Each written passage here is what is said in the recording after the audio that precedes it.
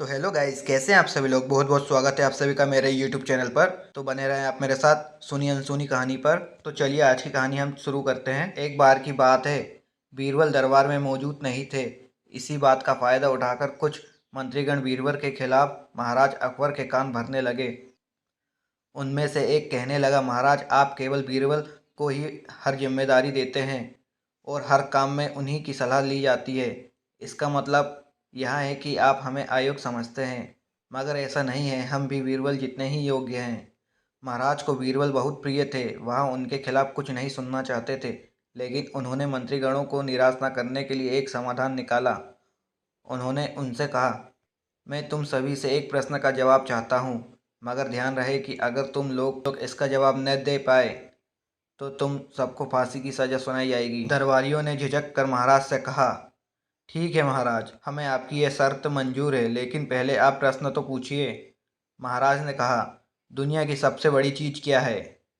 यह सवाल सुनकर सभी मंत्रीगण एक दूसरे का मुंह ताकने लगे। महाराज ने उनकी ये स्थिति देख कर कहा, याद रहे कि इस प्रश्न का उत्तर सटीक होना चाहिए। मुझे कोई भी अटपटा सा जवाब नहीं चाहिए। इस पर मंत्रीगणों ने राजा से इस प्रश्न का उत्तर देने के लिए कुछ दिनों की मोहलत मांगी। राजा भी इस बात के लिए तैयार हो गए। महल से बाहर निकलकर सभी मंत्रीगण इस प्रश्न का उत्तर ढूंढने लगे। पहले ने कहा कि दुनिया की सबसे बड़ी चीज़ भगवान है, तो दूसरे ने कहा कि दुनिया की सबसे बड़ी चीज़ भूख है।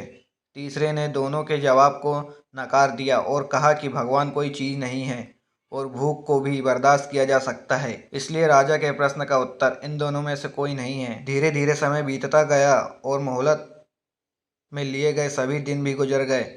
फिर भी राजा द्वारा पूछे गए प्रश्न का जवाब न मिलने पर सभी मंत्रीगणों को अपनी जान की फिक्र सताने लगी। कोई अन्य उपाय न मिलने पर वो सभी बीरबल के पास पहुँचे और उन्हें अपनी पूरी कहानी सुनाई।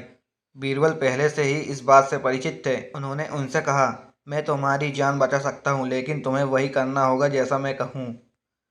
सभी बीरबल की बात पर राजी हो गए। अगले ही दिन बीरबल ने एक पालकी का इंतजाम करवाया। उन्होंने दो मंत्रीगणों को पालकी उठाने का काम दिया, तीसरे से अपना हुक्का पकड़वाया और चौथे से अपने जूते उठवाए। वह स्वयं पालकी में बैठकर फिर उन सभी को राजा के महल की ओर चलने का इशारा दिया। जब सभी बीरबल को लेकर दरबार में पहुंचे तो महाराज इस मंजर को देखकर हैरान थे। इससे पहले कि वो बीरबल से कुछ पूछते, बीरबल खुद ही राजा से बोले, महाराज दुनिया की सबसे बड़ी चीज़ गरज होती है। अपनी गरज के कारण ही यह सब मेरी पालकी को उठाकर यहाँ तक ले आए हैं। यह सुन महाराज मुस्कुराए बिना न रह सके और सभी मंत्रीगण शर्म के मारे सिर झुकाए खड़े रहे। आपको इस कहानी से क्या सीख मिली। इस कहानी से हमें यह सीख मिलती है कि हमें कभी भी किसी की योग्यता से जलना नहीं चाहिए, बल्कि उससे सीख कर खुद को भी बेहतर बनाने की कोशिश करनी चाहिए।